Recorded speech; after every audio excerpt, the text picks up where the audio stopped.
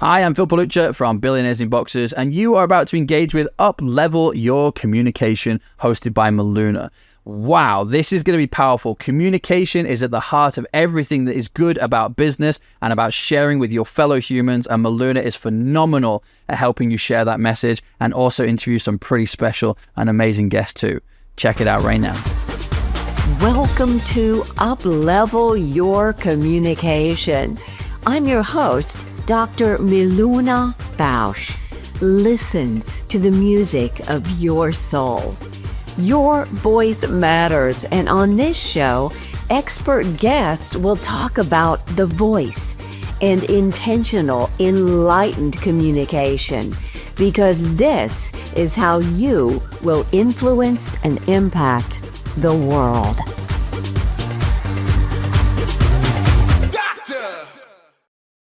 Welcome to Up Level Your Communication. I'd call my guest today a Renaissance man. He is an artist, a woodcarver, a conservationist. I would also call him an environmentalist in many ways. He is a husband and father. He's a scoutmaster and founder of Papa, which you're going to hear all about. Joining us today from Asheville, North Carolina. Welcome to this show, Scott. I get to call him Doc Varn. Well, I know I'm in good company when somebody calls me Doc. When I hear Scott, although my given name is usually either my mother or business. So I appreciate you calling me Doc. I'm in his inner circle. So there we go. Doc, first introduce us to capital PAPA, which stands for Preserving a Picturesque America. Please introduce us. Well, the important part of that is, of course, Picturesque America part. We added the PA to the PA, and that's only because 150 years later, we got knocked out of our hiking boots when we discovered this publication. Short version of a very long tale is that I was getting inspired to get deeper into my artwork. And as a woodcut artist, as soon as you look to the old masters, you kind of go, you know what? I want to be inspired. I want to see what they were really doing, the guys that really inspired me back a long time ago in college as a fine artist. Well, I found this artwork that specifically featured Western North Carolina spot. And then I'm going, wait a minute, what is this publication? Well, this is great artwork, but where is it from? So then we discovered a publication that was originally released as a serial, which I have one of the originals here. So we can't really talk about what Papa is without talking about what Picturesque America was and is. And they would release every month or so one of these. And you would get this, and this was kind of the mini series of the day. Well, there was no TV, no radio. So this was your Netflix mini series. And every month you'd get a different place in America. I had no idea about this. Also didn't know that this changed the way Americans look at the natural historic world. That through a book by Sue Rainey, who wrote the biography of this amazing publication. Well, the more we dug, the more we knew we had to attach ourselves to this in a way that changed the way Americans look at the natural historic world today. So, again, an incredibly long story. You can pull more details if you want. But we formed Preserving a Picturesque America to take the baton of the artists and the writers and the poets from the 1870s into today and forward. It's a beautiful story, and I venture to say to my audience, you've never heard of this either. Picturesque America, perhaps in an attic somewhere in grandma, grandpa, you might have one of these. It's not something that I was familiar with, and the story is just phenomenal. Now we're going to... It's one of those unknown stories that everyone should know about. It should be in our history books, and they don't know how important it was to the preservation and the conservation movement.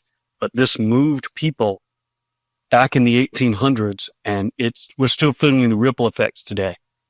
So much history we don't learn of that we should, in my opinion, and I know yours as well. Let's go on a personal note for just a second. Why are you called Doc?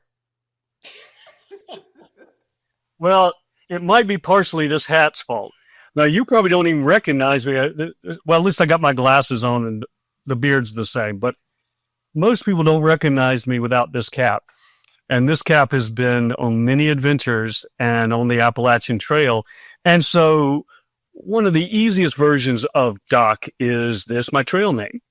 For those not familiar, once you get on the trail for a while, you end up getting a name that was not your given name. And I ended up being kind of a trail counselor. When we'd be around the fire at night, everybody would tell me their deepest, darkest secrets and really venting. One of the joys of the Appalachian Trail is the transformative effect. And I think that's one of the reasons why people come out with the trail name. It embodies something about their discovery adventure. Getting out there on the AT and being alone with yourself and being in the inspiration of nature day after day. And the challenges that you go through, just surviving the trail, will transform you. And you come out with your own trail name. That's fabulous. I did not know that. That is fabulous. It is a magical place. Yeah. It certainly is. It's been a blessing to so many people. And that's why Preserving a Picturesque America also helps the Appalachian Trail Conservancy, because without it, we would lose another national icon that's so important to so many, and just lifting us up. And it's lifting us up through adventure and nature, and that's something that you can't get anywhere else. And that's why it's so important for us to protect these places. And that's our mantra. You're going to hear me say that a lot tonight in our conversation. I'm going to keep going back to preserving. And so that's why it's also the first word in PAPA, Preserving a Picturesque America. Now, Asheville, North Carolina and surrounding areas were hit very hard by floodwaters. Right. Last year. So we're going to touch on this because it's a reality. It is what happened. I'm so happy you're safe. You're back in your home. But tell us, how are things now, and what did you learn? What did you learn from the experience? I learned something that, and apologize if this gets a little emotional, is that some of the same things I learned in Papa. Papa has taught me that there are unifying elements out there. And unfortunately, in the case of a hurricane, it's tragedy that unifies, that we're all in this together. Now, every day we are all in this together, something we forget. We are better when we are together. It's one of the mantras I also talk about often. And I mean, heck, we know that in business as well. Just, a team in business cannot do the achievements they're looking for without being a good team, being cohesive, actually working together, not trying to get ahead, but as a group trying to raise the waters so that all ships will rise.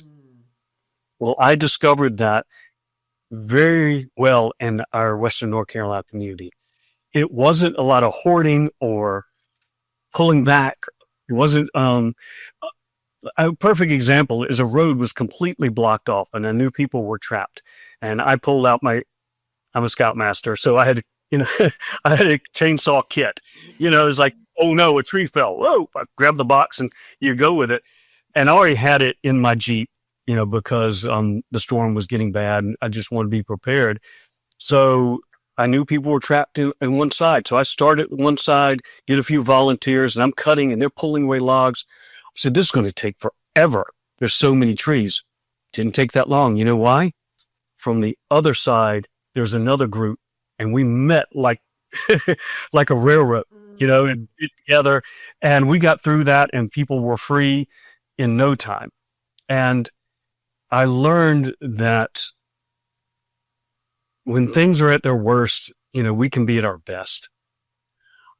The only thing that makes me sad about it is sometimes we have to be pushed really hard before the best in us comes out. But it's a good lesson, because when you have these experiences, I don't consider things usually bad. I'm very much a Taoist as well. So things happen that you can grow from. You cannot look at everything as a pure tragedy. And what Western North Carolina learned is that we are not just resilient, is that we're good to our neighbors. And it didn't matter what political background they were, if they were in a mansion or a shack, they were being helped and they were stepping up. And that warmed my heart and has changed me in a lot of ways. And I'm thankful for it. Wow, that's what we thankful for a hurricane. But, if you're not looking for the experiences out of it to make you stronger and prepare you for the future. I mentor a lot of youth, and I often tell them, may you have many pleasant disasters. May you have excellent diversity. You be challenged often. And because it's going to make them a better person, and they will be able to empathize with more people who've gone through more things. Why are so many analogies about walking in another person's shoes? It's because we need perspective. And this event gave us perspective. And to tie it back in, I saw that as well with Picturesque America. It has given me so much perspective. It's enriched my life. But now I realize it's a gift that we give to so many other artists, conservationists, and just people that don't even fall into either one of those categories. When people show up to the show, I know, thank you for coming to our show in Charleston. Yes. And then you came back again and brought friends, which is fantastic. And, the more people experience that, and I think, if I may say modestly, I think you brought back friends because it was an experience that you wanted to share. Yes. And the more that we share that is inspirational to us, we can't even be selfish about our experiences. We should go, this was good for me. I think it would be good for you, right? Why not share those sort of things? We are so fixated on competition so often about being the one that rises. We forget that some of the most beautiful stories are when we go through the finish line together. When that person that falls and we help them up and we both come in third is something that's far more inspiring than the person that just broke the finish line first sometimes. And both the hurricane and the examples of those early pioneers from the 1800s. When I say pioneers, I mean pioneers in the conservation movement. I don't mean pioneers of discovering land or anything else. I mean that we're going, wait a minute. We don't have to look at the land just as something we exploit. It's not just about the resources. Sometimes the land is about just the being in it. And beyond the biology or scientific understanding, just the experiencing of it. And that's why we have national parks. That's why we have state parks.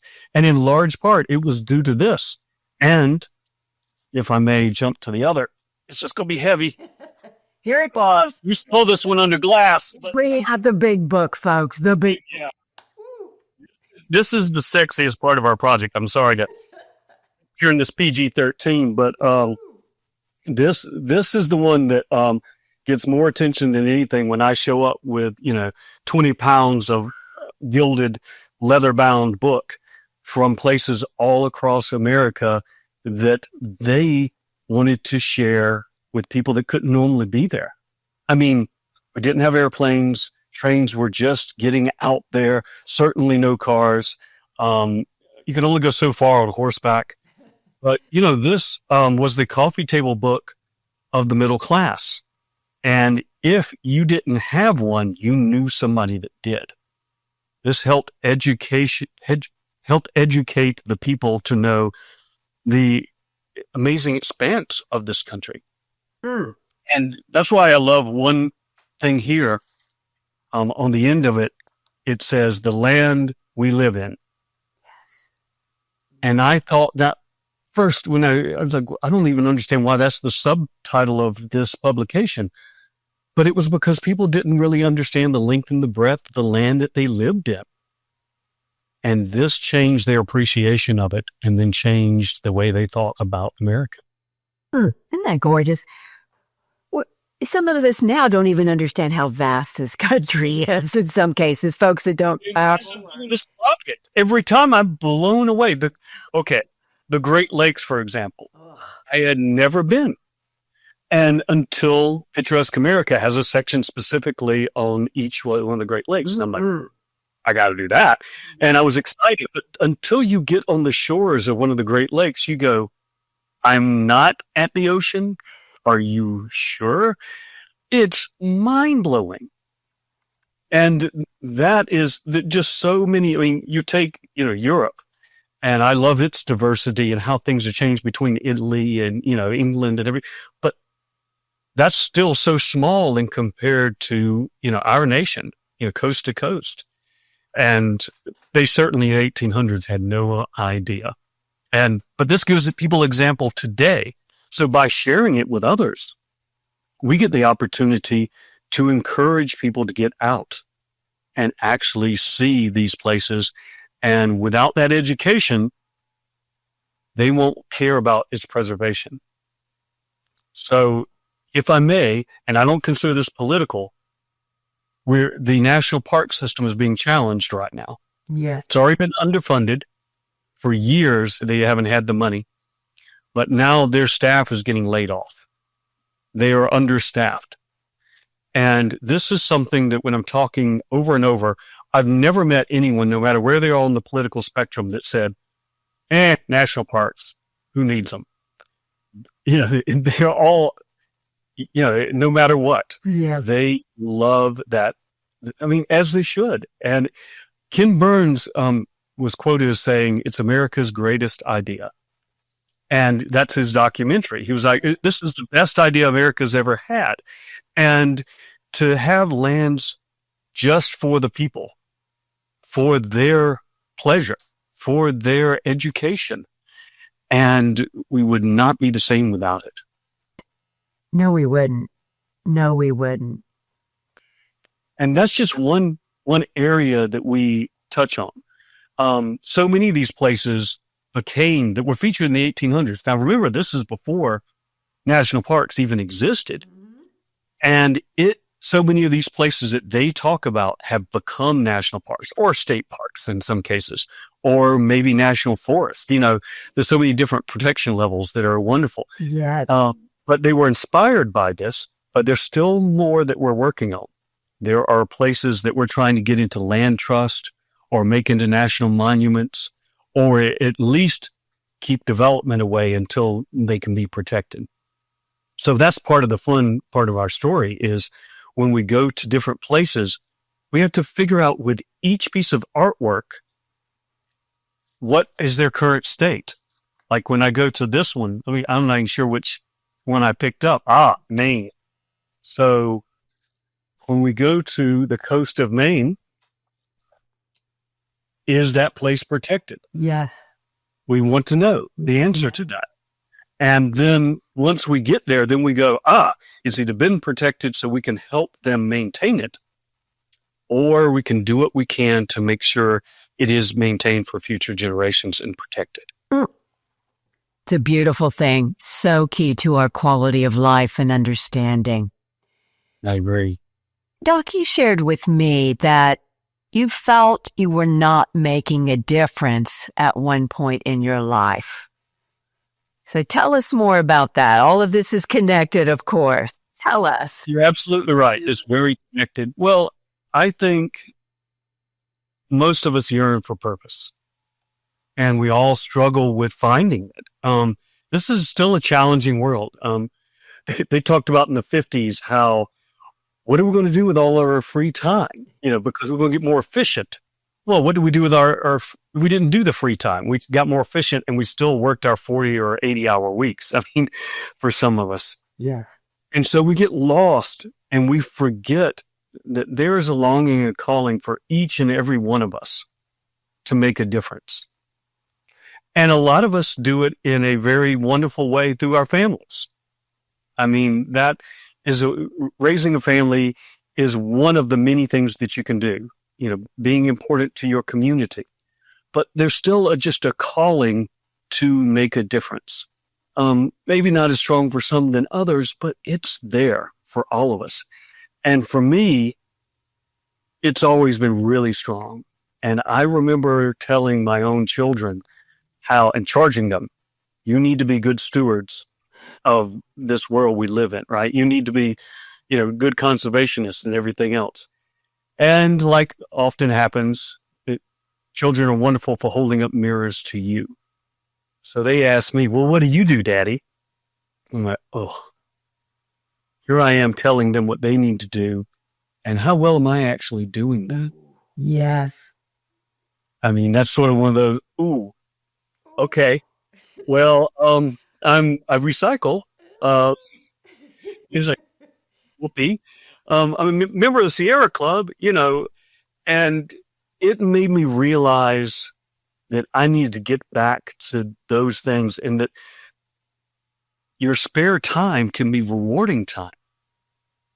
It can be far beyond saying, I get to watch more TV, or I get to play more video games, or whatever it is. I'm not knocking television or video games per se as a cathartic sort of release, but it's so much better when you're doing something that not only fills you up, but fills others. And maybe we don't feel a direct reciprocation from Mother Nature. Maybe we don't know that she appreciates us not polluting and not, but it is the place that we live. And we do get that reciprocation from everyone else in your community. So the long and the short is that mirror that was held up to me made me keep my eyes open for opportunities, and stepping up. When someone said, hey, could you help with river cleanup on the French Broad? I go, yes, that's an opportunity for me to do something.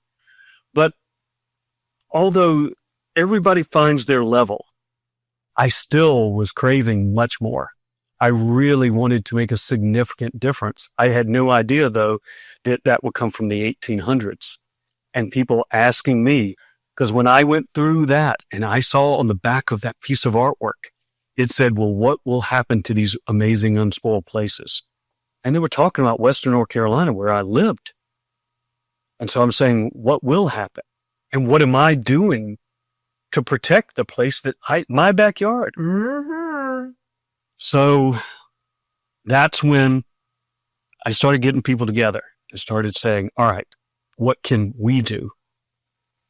What can we overcome? What challenges are necessary to protect this place? Because people think so often when a place becomes a national or state park, well, we're done.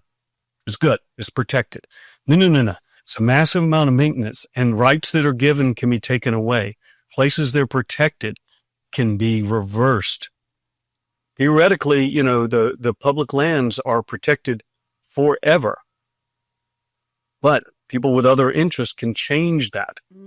So that's why education is very important.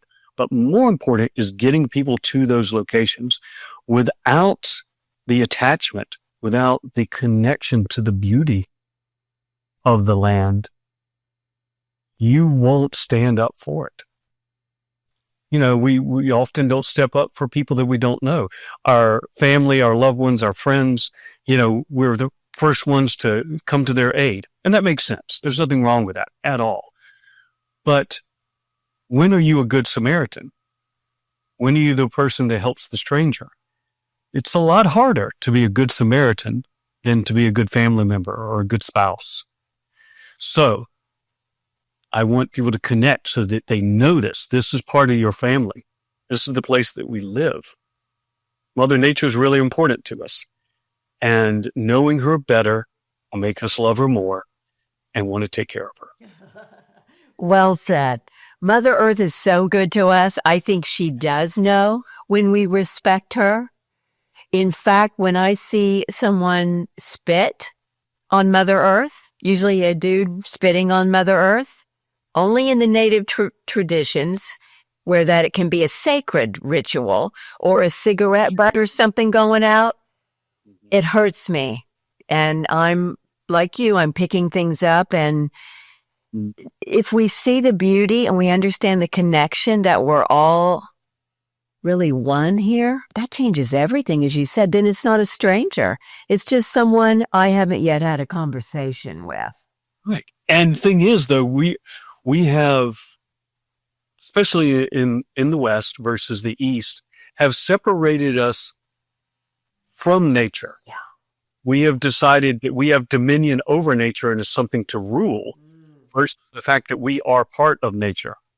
Now, that's not woo-woo. That's not overly hippie. That's not, any of these. It's just, if you search your feelings, if you do any minor bit of connection with the natural world, you know that you belong there. Yes. And this is, we are an extension of it. We are just another creature here. Matter of fact, I talk about all the time, as far as creatures on this planet, we're really challenged. I don't know how we're on the top of the food chain because look at these claws, pretty bad. I mean, my fangs, no good. Armor, oh my God, I'm just alligator food. I mean, this is just, I am such an easy way down the food chain creature. Why are we so successful then? People say, oh, it's our big old brains. No. It's the fact that if you stumble, I'm going to pick you up. If there's a predator on a trail, we're going to both grab you, and you've got a sprained ankle, and we're going to help you. If you drop your child, I'll scoop them up. Our elders are very helpless. And yet, why have we always taken care of them in most of our history? It's because we value their accumulation of knowledge and what they share and their wisdom. So we are successful as a species because of our cooperation. Because when I have an abundance of one thing, I share with others. Not hoarding. These are lessons that we unfortunately apparently have to learn again. Again. Well, communism, socialism, or any sort of isms. It's just the basic foundation of who we are as a particular species. Cooperation is what we're great at. I mean, I know you do a lot with business folks. And what are the successful companies? They're the ones that allow people to be their best. They don't over micromanage. They find good people and let them do good work. Yes. But that's true with our families, with our communities, with our businesses, everything. And we should be having conversations that are not in opposition, but are conversations for the good of each other. So when I talk about environmentalism, some things of those have been basically weaponized. Oh, you're just you want to stop industry because there's an owl living there. You're one of those hippies. It's like, whoa, back home.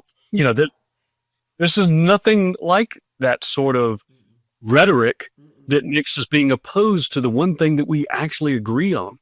So let me give you a point to that, because I think it's very important in this climate. And this is not off message of the last 15 years of preserving a picturesque America. Same message. But I hear people nodding a lot more. I mean, when I say hear them, I hear ding, ding, ding, ding. They're literally, I can hear them nodding. When I talk about what's something that we can all agree on? Well, the reason why it's so important and why it works is because this was written in the 1870s. Now, a lot of people that aren't really on their timeline go, wait a minute, what was happening right before that?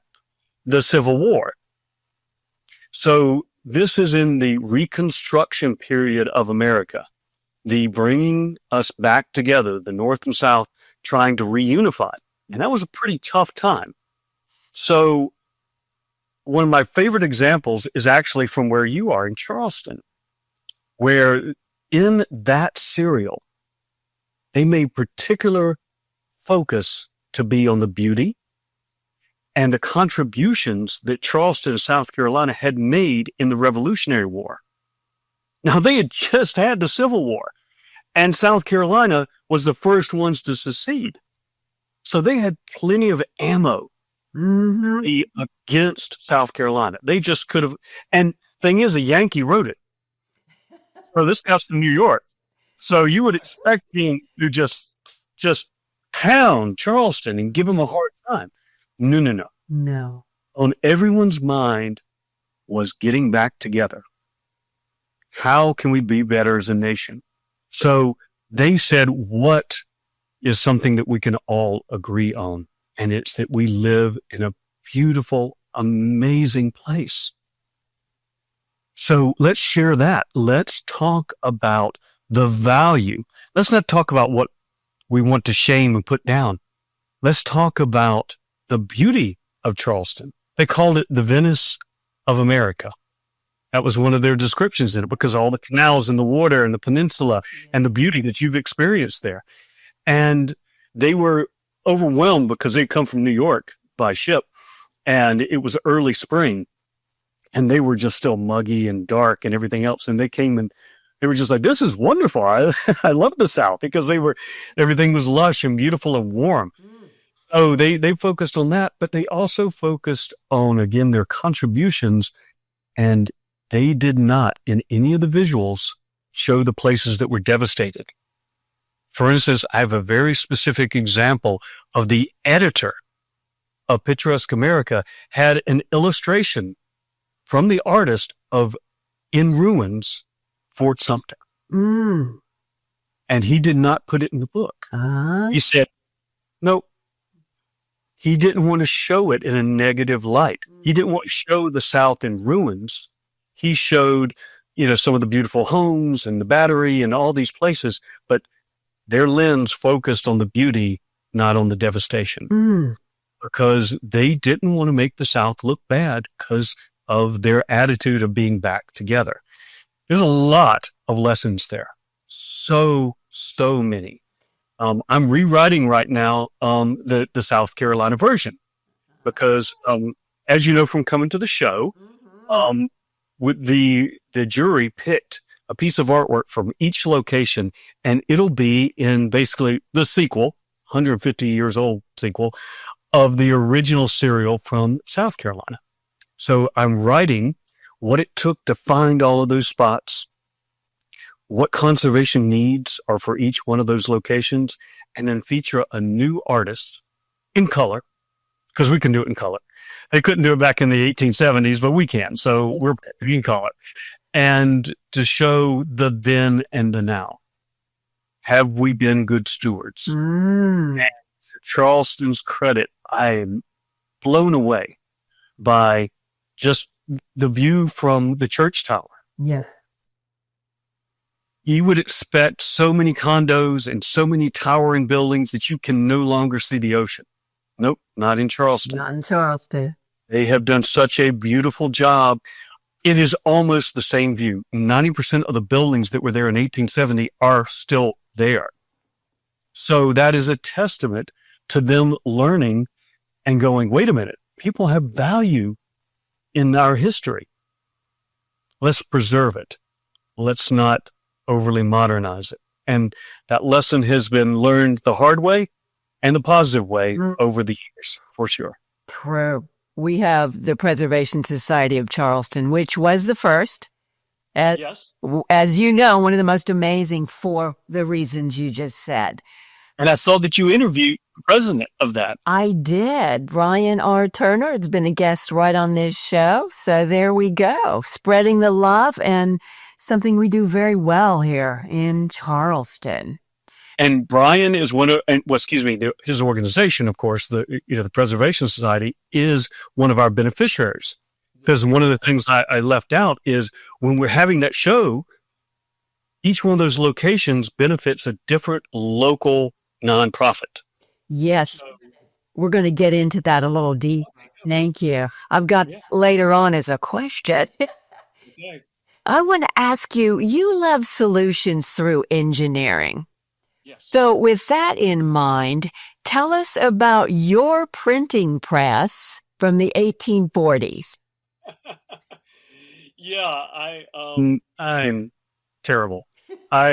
Anything antiquated that most people would toss out as being technology we don't use. No, I'm in love with it. So yeah, I have a small little 5x7 press in hot lead type. Well, actually, some of it's even wooden carved type. Wow. And I will do some of my own carvings, and I'll incorporate those into the press. And I can make a whopping 20 prints per hour. Mm-hmm.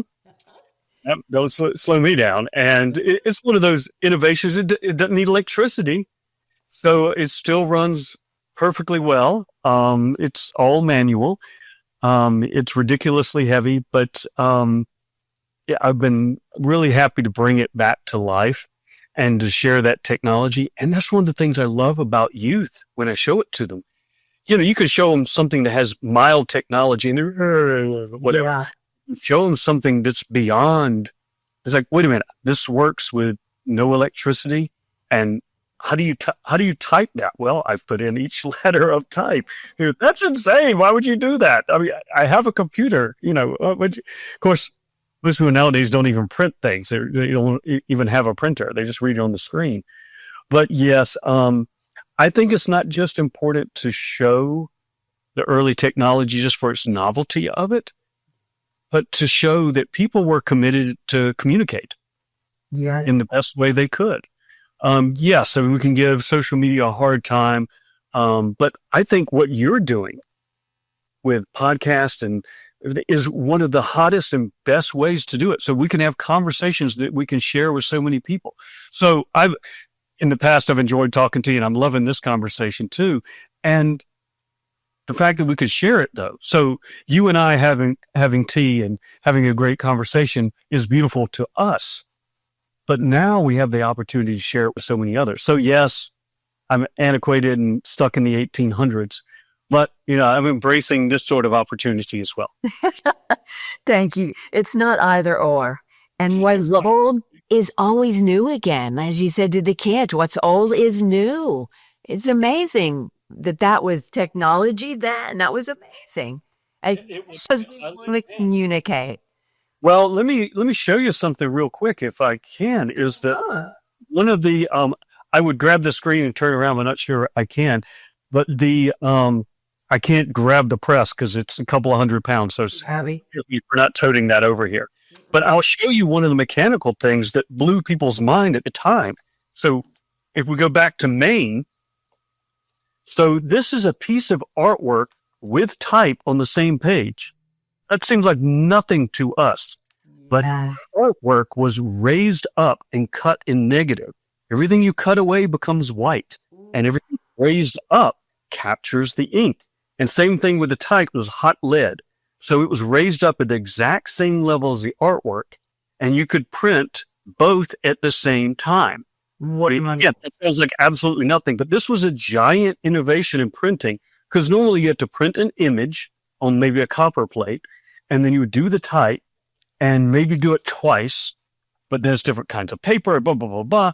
Them figuring this out was amazing. And so I do it in the same way. So hang on, I'll grab a block. No, anyway, I'm sorry, I'm geeking out. I got all my world of 1800s here we can share, but you know, I carve in the same way they did.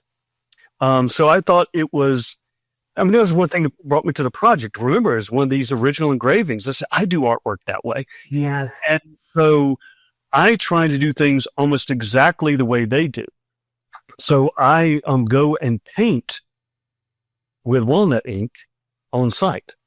So that's what a lot of the artists did. So they knew they couldn't do a color. A lot of them were watercolor artists, but they go, why am I carrying all these colors? Because it's going to be in black and white.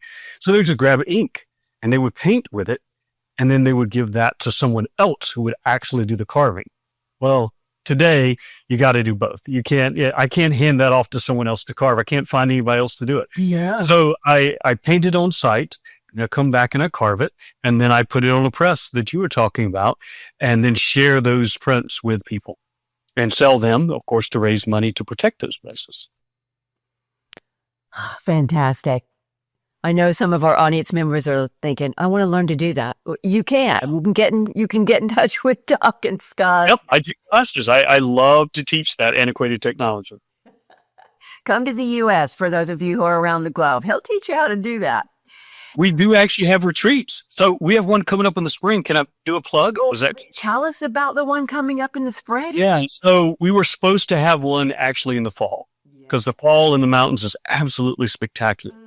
But as you mentioned, unfortunately, the hurricane hit and it wiped out our biggest fundraiser of the year, which was to bring people from all over the world to Western North Carolina to the exact places where the artists were 150 years ago and give them the opportunity to embrace the spiritual aspect of nature, to just go through the writings and the history and learn that. And if they're an artist, we'll give them an opportunity to paint in that exact location where Harry Finn sat 150 years ago. So, but there's something for everybody. And it's a whole retreat that allows you to stay in one of the beautiful places there. And it is hot springs, so there are hot springs. There's always that opportunity. I'll be able to call. Yes. If you're adventurous, we're going to paddle. There's some mild water, and then there's some class 4 rapids. So depending on your level, there's some hiking involved if you want to do those, and there's just some that are short stroll. So we have all of those experiences laid out, and it is a fundraiser that is shifted. Normally it would be to specifically go to the Forest Service or something like that, but now we're helping the town recover because it was absolutely devastated. Every building there was flooded. They are just now recovering. So we're helping them how we can. And we're literally working on the town essentially reopening's date. So we haven't set a date yet. We're working really hard with them to help them get the places to stay again and the restaurants back open. Yeah. And so what we're hoping is more people can come because it's not just about us having a fee that is supporting the artist and paying for, everything that we have to work on and helping our nonprofit. It also just by staying there, of course, is going to help the community. By, having a glass of wine and having dinner is going to help the community. So, we really want people to come back, and there will be parts that are devastated still in the river. But that's just part of the truth of it all. I think we need to see the beauty and we need to see the devastation and we need to help them recover. So if I can make a plug that yes, we'll be sharing the details of that and hope, you can go to our website and when it comes available, we hope more people will join us to help the community and to help Papa's work. Fantastic. As you said, as Doc said, his mission's always bigger. There's a win-win-win-win. All of this is for the bigger benefit of the community, the people, and it just ripples out. Now, your nonprofit has a unique business model. So Preserving a Picturesque America is a nonprofit where 90%, 90, of the money goes to local nonprofits. And this is in the cities where you hold the art shows, as you mentioned here in Charleston. So tell us a little bit more about that. How do you partner, find the organizations? Do they come to you, or it's just a wonderful mix of connections that come together in each city? It's always fairly serendipitous, meaning we find the people that care and love the place that they live in. So we depend heavily on the community. So, for instance, just today, someone came into the gallery from Oregon. And, they were just talking about this and Western North Carolina, this, and they were interested. But then when I told them the larger purpose of what we do, they go, well, is there anything on the Colorado River? I'm like, well, yes, there is. And so we go through the leather books and we find their spot and they're like, then they were here for 2 hours. I was almost, you need to go, I got to do a podcast in a little bit, but I don't want to get you out of here. And so they got excited because it's about the place that they live. It's the land we live in, but it's specifically the community they live in. So once we ignite people, we show them what we're doing. They're like, I can help. And then they start saying, well, I know the local river keeper. You do? Please. So we almost never have to knock on doors and say, can we partner together? As soon as we start, there gets this scuttlebutt. Hot Springs is one of the examples. I was there for over a year, kept showing up to help find these places. And after a while, I just got known as the guy in the hat, because they kept saying, there's this guy in a hat that's just wandering around with art supplies and this giant leather book. What the hell's going on with this guy? And so then people started approaching me, and it was a learning lesson, because the first time I did that was actually many years ago. And sometimes I've been a little shy about it. Well, luckily, again, the leather book's pretty sexy. And so people say, what is that? I gotta know, what does that? It's not the hat. It's certainly not the beard or the mustache. It's definitely the book. And so that's what attracts all the best people. And so they ask about it. And then when I should tell them the tale, they step up every single time. And it just warms my heart. It gets me choked up. And people, they also almost have been like, what the hell are you doing on my land? And I go, well, I'm doing this. And they go, hey, I got a boat. I could get you there. And what are you doing for dinner? My wife, and I'm like, oh, I was just about to get shot. And now I'm having moonshine with this guy in West Virginia, which that's another tale. Boy, drinking you that you park and run off of. That's what I got to say about that. I mean, if you can pour it in your gas tank and drive 10 miles, it's probably not the best thing to drink for a light dinner. Anyway, I love the people of West Virginia. Once you're in, they are wonderful folks, and find that time and time again. So the partners emerge because of the beauty of the project itself. And frankly, they're looking for a story that can get people to understand who they are. So the Charleston Waterkeepers is a great example. They have done phenomenal work over the years. I'd love for you to do a podcast with them. They are so brilliant and such wonderful people. And the amount of work they have done for making the waterways clean enough to fish and swim in and protect the people is phenomenal. Well, once they heard about us, they used us to get more press. So as a direct example, you saw this at the show. We'll have the original artwork. So we had the Ashley River. That piece of artwork is on the wall. And then surrounded it is all the new versions from the same place. But then to the side, there's the historic information and who is protecting that river. Yes. And so they thanked us not just for the contributions. So as you put it, once we sell the artwork, 90% of that goes to protect that river. And in this case, it was that particular community partner. Well, not everyone buys artwork, sad to say. Maybe they say their walls are full, but what does that mean? Come on, anyway. For art. There's always room for more artwork. Just hang the ceiling, do a Michelangelo thing, whatever, but more art. But heaven forbid they don't buy artwork. They at least know who is taking care of their riverways. They might volunteer. Maybe they don't have money to buy artwork, but they now know that next Saturday, I can help pull tires out of the river. I can help restore oyster beds. They have something they can do. Yeah. They have a way they can contribute. Now they know who's doing it. So even though, yes, financially, we donate 90% specifically to help them, sometimes it goes far beyond that. Because now they have people that might be their annual members. They give $100 every year and become a member of that organization. That's fine. They didn't buy art, but they did join. And that's good. So we have a little joke that we say at Papa all the time. Is like, we're a good story. We're a now and then story. We're an interesting story. So please exploit us. We are here to be exploited. We have something that's interesting that you can use, because sometimes talking about the E. coli levels and tides and, all the scientific aspects of taking care of a river can put people to sleep in a PowerPoint presentation. But if you say the then and the now, and look, we've done good, or you show the then and the now, and oh my God, this is why it's so terrible. And so, by the way, there's somebody that's helping fix that.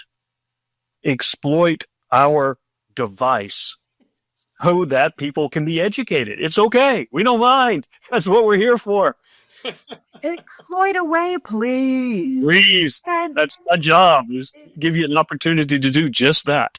you get involved in any which way you can. And as Doc is telling this story, I'm thinking, yeah, that's exactly what happened when he and I met. Because I told two friends, and then I told two friends, and we went back 2 times with more friends. Next thing you know, I'm inviting Doc over to our house. So my husband and I had him over for drinks and snacks. This is how it happens. This is how the magic occurs. They tell 2 friends, and the mission just becomes bigger and bigger and bigger. But it's not our mission. It's something that's already there. It's like wisdom. When I'm working with youth and I'm around the campfire and I say something pithy, or I say something that might make them think, that, often I have gotten, they're going, wow, you're very wise. I go, no, I'm not. I'm just a conduit. I've just lived life. I've seen the connecting threads. Wisdom is out there for everyone. It's not about me. Now, when I was younger, I would just think of something and I go, oh, and then someone would show me, Socrates said that a while ago. It's just like, oh, he took my original thought. No. Beauty, love, creativity, and wisdom are there for all of us. We just need to be the conduit for it. And all you got to do is open the funnel. I mean, when you're doing it, you're taking all of this and you're just sharing it with someone else. And that's what lifts us all up. I love it. Well, and you're still the person that I think is primarily leading in the vision. So I'm not going to take you out of the equation because you said yes to doing this. So it's a beautiful dance, I think. You also were featured on an incredible PBS show. Share a little bit of what that was like for you to be on TV here. It was really good to be able to share it with a larger audience. PBS is one of those institutions that's so valuable that they can make choices that are not necessarily popular, but they're important.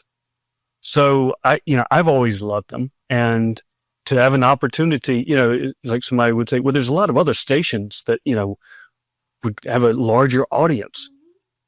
But there's nobody like PBS that can say, here's something with integrity, here's something with heart, here's something that is important to all of us. We want to share it with honesty and integrity. So now I think they got caught up in the fun part of what we do too. And they showed that selfishly, I really do love the adventure part. I really do. And I mean, if you got to run a nonprofit. So there's the business aspect of a nonprofit. And there's the struggles with herding cats, which are artists getting them all to paint out. Or artists are not always the most organized. So, raising my hand on that one. But, there's all of the challenges. But PBS gave me the opportunity to show the actual discovery aspect, that magic, where when I talk about so many of them, they still either get me choked up or get me excited. The first places that I've ever found, and a little secret, of course, they're filming it, and I might have already been to some of those spots, but this funny thing is they laughed because when they saw the film, they were going, I thought Doc had actually been to some of these places, and it was because even doing it again, reliving that magic moment, it happens again and again. Yeah. And PBS did such a great job through World Life Productions. They are the production company that created the film. And they really got it to show, okay, we're going to clues, then we're going out, and then we're meeting people, because the meeting of the people has always been one of my favorite experiences and the part that elevates it. It doesn't matter how much Googling you do. Without the connection to the locals, the magic doesn't happen. No. And so in the film, they showed our connection to the historians and the local people. And sometimes the struggles are go, I don't know where that is. I don't know. That looks like this. And people pointing in two different directions saying where something is. And that's just part of the fun. That's just part of the adventure. And so I'm always eager to get back out there, and I can't wait. And I hope we'll have an opportunity to share more of that with the audience. So we're excited to go to the next place. So that one showed North and South Carolina, but Virginia's ready, Tennessee's ready, Colorado's ready, California's ready, New York is busting at the chops. All these people are ready to like, come here. Now, beyond that, of course, Papa does it regardless. So we are forming new chapters. So we specifically use the term serial for the physical unit, that came out one at a time. Yes. And so I don't use the word chapter, even though there were chapters in the book, because we use the term chapter to represent the community, the locals, the artists, the historians that form up a Papa group. For instance, there's a South Carolina chapter. Yes. In your case, Papa. And North Carolina one. So those are the chapters of people getting together to do the good work, to connect to the different organizations. So though that mission continues no matter what.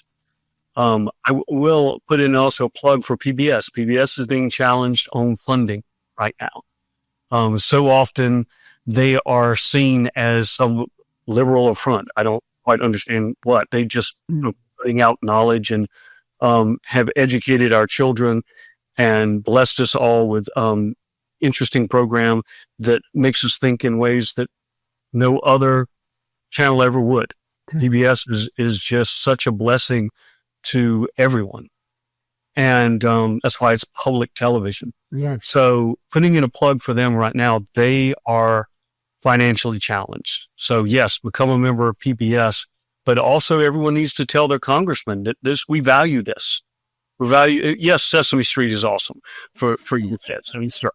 I still watch Big Bird every once in a while. I'm even a fan of Oscar. I mean, I kind of look like I just came out of a trash can. So, but mostly, I love, all the big shows, Nova, but, I get my British TV fix and, it's just a wonderful institution. So I'm very honored to have been on a show with them. And depending, on their funding and everything else is whether or not I'll have an opportunity to continue to get out that message through that venue.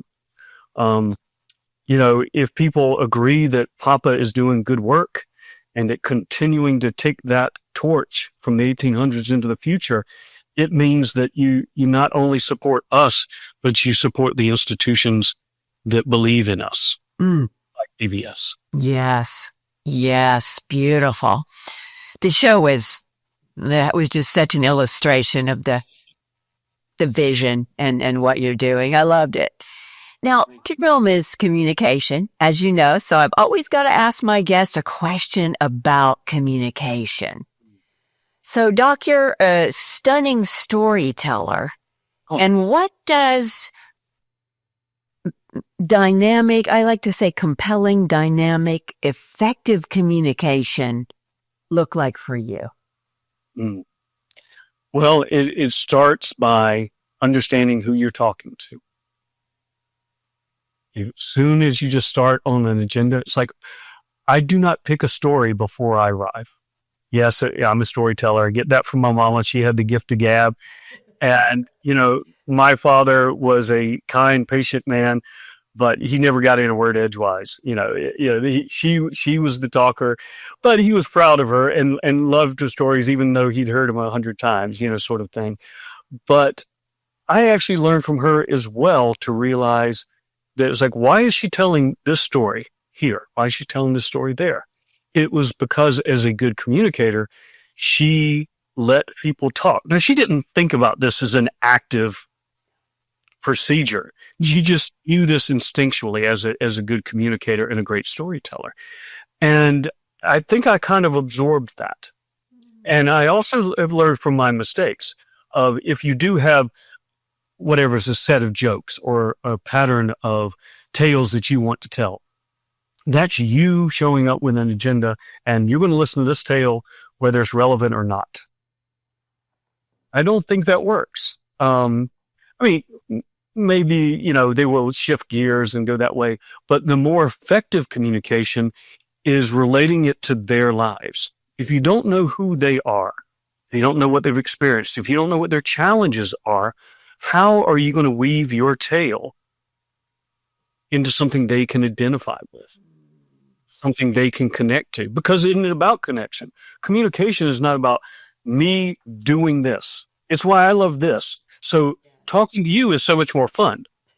If I'm going to sit here and they say, and I've had this, someone told me they wanted me to record a story about so-and-so, you know, or tell that story about you in Maine. I about lost my life. Thanks to a park ranger, I was saved, which is another story. You'll have to, it didn't happen. You buy the wine, I'll tell the tale. But I don't even, that story doesn't come out unless it really relates to what's going on in the conversation. You know, maybe it's talking about a struggle, or maybe they were a paddler and I was paddling when this whole incident happened. Maybe it's something about Maine. Whatever it is, I need to make sure this is relevant to them.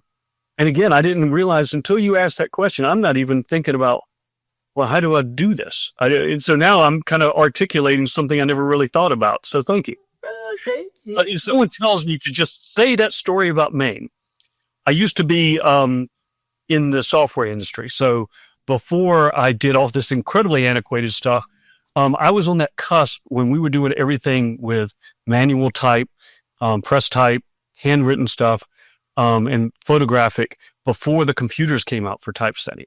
And then I got a job with Adobe teaching artists how to use a computer, which was a struggle. So they finally realized we need to hire artists, teach them the tech, and then they can go back to the artist because the engineers were not doing a good job of that. So I ended up being an early communicator, but they understood then that we need someone that can speak their language, someone that can connect to them. So that pattern happens over and over and over. And so I've learned that first step of being a good communicator is to connect and listen and see what we can contribute together. Again, it's always about together, isn't it? It's not about something I need to dump on you because I have this agenda. And so that's even in political discourse or any sort of debate. If I'm not even listening to your point, except for to maybe counter it completely. So if I may add something to that, something that's come to me recently that I've been implementing is that people that even care about each other can get into discussions where they eventually end with, let's agree to disagree. And let's try and make peace because they're like, we're going to strangle each other.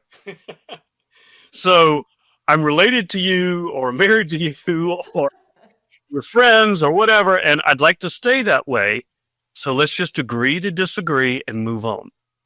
I'm not saying that's necessarily a bad thing, but I'm saying the communication would go better if the first thing you say is, hey, let's agree to agree. So you start with something common. And that shows that even if they're just an acquaintance, somebody you've just met, it means that, hey, let's find some common ground. Let's find a connecting point that shows that we actually do care about what each other has to say. The flow is going to be so much better.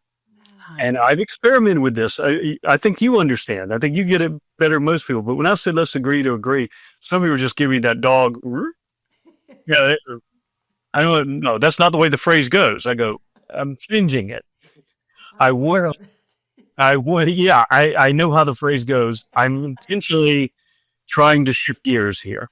And I want to start conversations, communication with respect and understanding and something that we can agree on. And then it can go from there. And then it becomes subtle nuances.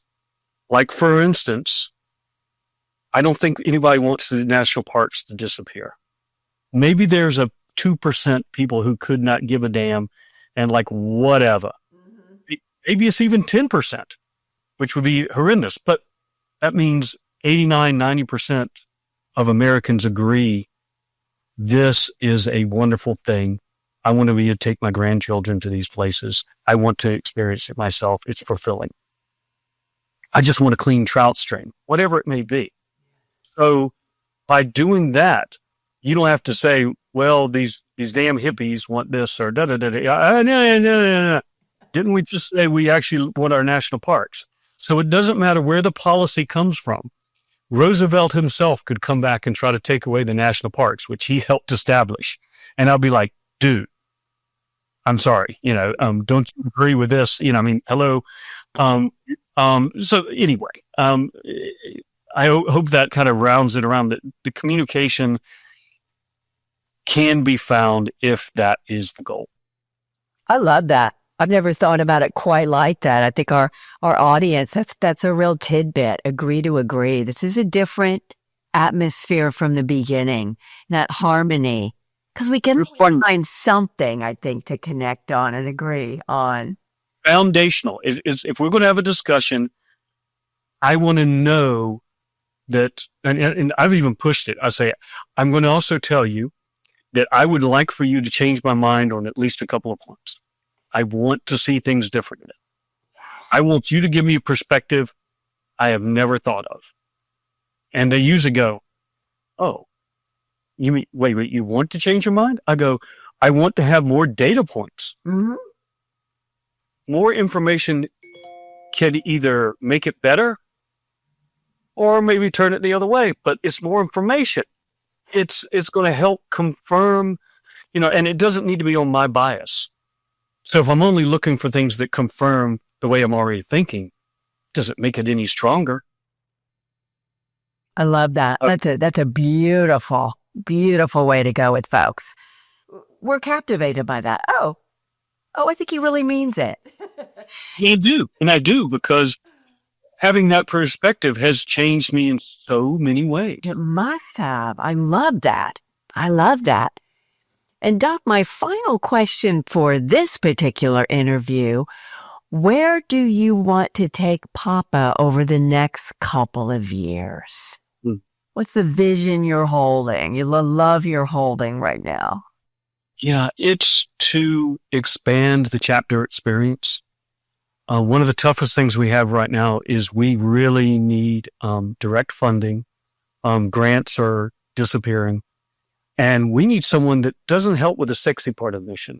I mean, the fun part of it is saying, hey, we're protecting that specific spot. And that is great. And that is ultimately our mission.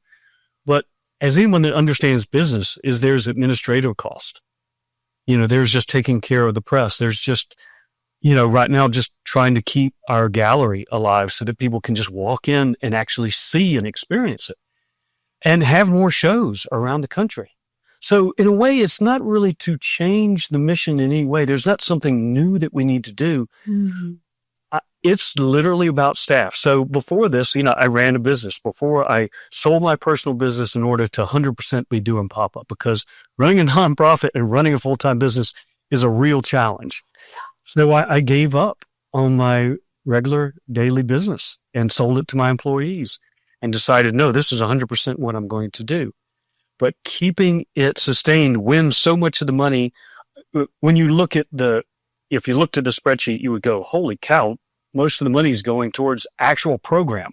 In nonprofit world, they look at money for administrative and money for program. Yes. And so much of our money goes to program. But the problem is that I know I need more staff. So this is another direct plea and pitch. I need good people, but you don't find good people without paying them. So I don't care if it's the Red Cross or anybody else. A nonprofit does survive on hiring good people. And right now, the good news is more chapters. Everybody wants to open another chapter. New York is going, come on, guys. When are we getting paintouts going here? When are we going to do a show? And I'm like, it's like, okay, another hat here. Actually, like Sherlock Holmes, I got my beret over here. I got my feet on. So, this is the one I need to take on adventures with me. Oh, hello. Anyway, I know, silly. But anyway, so we'll go on the adventure. You got this one set. I know, a man of many hats. So if we're going to actually be successful, we need a person that literally manages all of these chapters. I'm going to show up, get them inspired, find the places. But when we do that, it's going, who's going to manage that? So we are stuck in growth pains. It's a beautiful thing, but without the funding to get a really good staff. So number one, I'm looking for more good people, but more importantly, I need to have the funds to pay them. I mean, you don't get good staff without an actual income. I mean, I can't say enough about our volunteer staff. They are so amazing, and I'm so grateful for them. But they can only do so much. Mm-hmm. And, most of them either have jobs or they're retired. And, the time that they're giving is so, so important, but it's limited. We need people that we can be paid to do a good job. And so to answer your question more specifically, you talk about, it's always about communication, and you're so right. So how do we communicate this message to more people? Is more chapters and more opportunities to do more films with PBS and to print more of the publications and for more people to see the shows. I had other people that I was also blessed to see come back and bring other people to the show. And it became less about selling art and more about telling that story. And I know that some of them have written me letters and say, I'm still telling that story. Well, that's a ripple effect that is so important, so powerful. And that's what I learned from these storytellers, from these poets, from these writers. They're the ones that basically, they're the ones that gave me, this is the blueprint of saying, for the love of the land, for the love of its people, you can get that message across through the power of the arts, and it can change the way we look at the natural and historic world. Take a breath, audience. That was amazing. What a perfect segue out. A segue maybe only in. Okay, whatever that is, it's okay. We make up things. So, Doc, finally, how can people reach out to you? They need staff. They need funding. You can buy art. You can get involved. You'll want to stay tuned for the retreats that are going to be happening live here in the U.S. How can folks reach you to help, ask, volunteer, apply for a job, anything?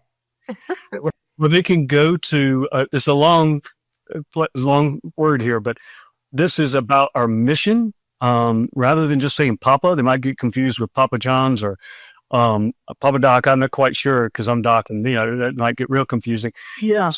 Our webpage is preservationthroughart.org, not .com, because we're obviously a nonprofit. So it's preservationthroughart.org, and there's a volunteer page there. And there's all kinds of information about the latest show. There's still some artwork up from Charleston. Mm-hmm. It is available to be sold. But that's the main place. Of course, we are on social media. Look for Preserving a Picturesque America, and we always put Papa in there too. Might get other Papas. I'm sure there's plenty of them.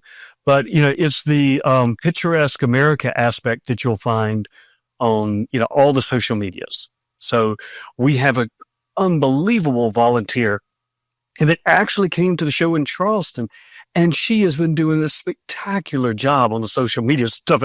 She just said, look, get people to shoot you and I'll make it beautiful. And she does. And she's helping spread the word, and I'm so grateful for her. And so certainly you can find us on even on the new Blue Sky, the more editable social media is kind of like X, but it's an alternative. We're even on that. So we're out there on Instagram and Facebook and X and Blue Sky, and we finally got on TikTok. So this 1,800 fellow is now on TikTok, which feels a little bizarre. I'm not doing any of the dances though, because I don't know. I actually do enjoy dancing, but I don't think they want to see the 1800s dances, and they don't work with hip hop as well. I don't Probably not with the crowd on TikTok. I love you're No, we're getting some good response. People are, it is starting to grow. I bet that can be huge. It is huge. You're out there, you're spreading the word. Doc, thank you so much for telling the stories, sharing the importance, the connection to each other and to the land. It's priceless. And we want to maintain and sustain all of this. Thank you. I appreciate you coming to me, and it's such beautiful prompts and, everything that you've done. I'm glad that you see us, and I appreciate you sharing our message. Well, it's my pleasure. For the audience, thank you so much for joining us today, being with us. Don't forget to stay tuned for the next episode of Up-Level Your Communication. And we'll say bye for now. Thanks for tuning in to our show.